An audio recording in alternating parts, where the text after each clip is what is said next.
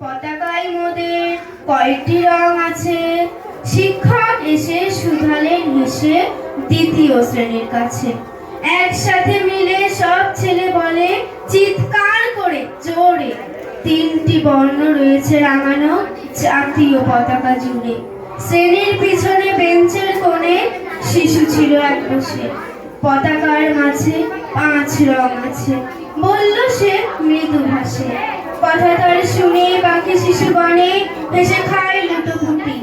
শিক্ষক রেগে বলেন হেঁকে, বোঝাও কি করে 5টি? মাথা নিচু করে ভয়ার্ত স্বরে সরল শিশুটি বলে, ওপরে গেরুয়া, মাঝখানে সাদা, সবুজ আছে তার তলে, আর আছে আঁকা গোলাকার চাকা, নীল রং আছে এতে।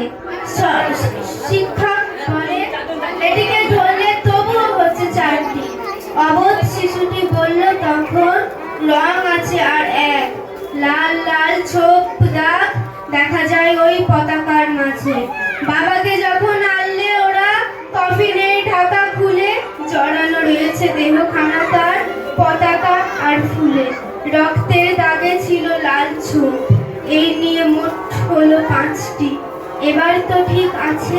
সরল শিশুটির জবাব খানি কাঁপিয়ে দিল বুক। অশ্রু এলো নয়ন ভরে, শুকনো হলো মুখ। আজও যারা দেশের জন্য করছে বলিদান, স্বাধীনতার শহীদ সম তাদের অমর প্রাণ। হয়েছে স্বাধীন, পেরিয়ে গেছে 70টি বছর। দেশ বাঁচাতে চাচ্ছে যে প্রাণ, রাখছে কি তার খবর? নমস্কার।